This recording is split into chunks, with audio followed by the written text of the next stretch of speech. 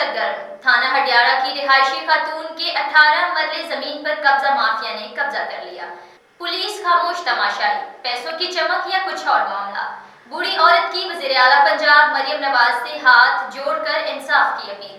मज़ीद तफसीलात bureau chief Lahore मियां कबीर अहमद की इस रिपोर्ट में। कब्जा माफिया ने बूढ़ी औरत पर तशद्दुद करते हुए कपड़े तक फाड़ दिए। पुलिस भी कब्जा माफिया के खिलाफ कुछ न कर सकी। कब्जा माफिया ने चंद साल पहले हाजिर ड्यूटी SHO बरकी को भी कत्ल किया। चंद दिन पहले जेल से आने के बाद दोबारा कब्जा माफिया ने बूढ़ी औरत पर तशद्दुद करके प्लॉट पर कब्जा कर लिया। बूढ़ी औरत ने इमरजेंसी 15 पर कॉल की। पुलिस ने भी कब्जा माफिया के खिलाफ आज तक कोई कानूनी कार्रवाई ना की। वज़ीर आला पंजाब और IG पंजाब पुलिस के वाज़ेह अहकामात हैं कि किसी सूरत औरत पर तशद्दुद बर्दाश्त नहीं किया जाएगा। वज़ीर आला Punjab Maryam Nawaz, IG Punjab police, CCPO Lahore और DIG लाहौर के लिए खुला चैलेंज। कब्जा माफिया रिकॉर्ड याफ्ता SHO कत्ल सरेआम, तशद्दुद और कब्जा करने में मसरूफ। आला हुकाम और आला अफसरान के लिए एक सवालिया निशान। वीडियो बनवाते हुए बूढ़ी औरत ने अपने फटे हुए कपड़े तक दिखा दिए। मजीद तफसीलात इस वीडियो में। दो तीन बार मैनू मारिया मैं बन पई ते कॉल करनी, पुलिस जांदी है, कोई गल नहीं करती। पंजाब मेरी फर्ज सुनो, मेरी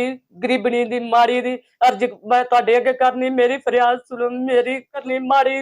बड़े बंदे असीं दिहाड़ीदार बंदे आ, साडा कोई नहीं सुनदा हैगा। तुहाडे अगे मैं अर्ज करनी है, मेरी तुसीं सुनो। मैं ते बड़ी खुश हो गया। जिम्मेदारी किन्नी गे?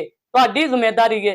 तुहाडे अगे मैं हाथ जोड़ के तुहाडे अगे फरियाद करन नहीं है। माड़ी औरत मेरी तुसी सुनी धीए, जिमें जानी मेरी धीए तू फरियाद सुननी है। मैं बड़ा माड़ी है, मैं बड़ा धक्के खा बैठी है, बड़ा कुछ मैं कर बैठी, मेरी नहीं कुत्ते भी सुनींदी धीए। मैं अर्जी लेना देना भाई तुसी आवे। मैं भी ज़ाहिर किसी दी मां है जां मैं किसी दी धी हाँ।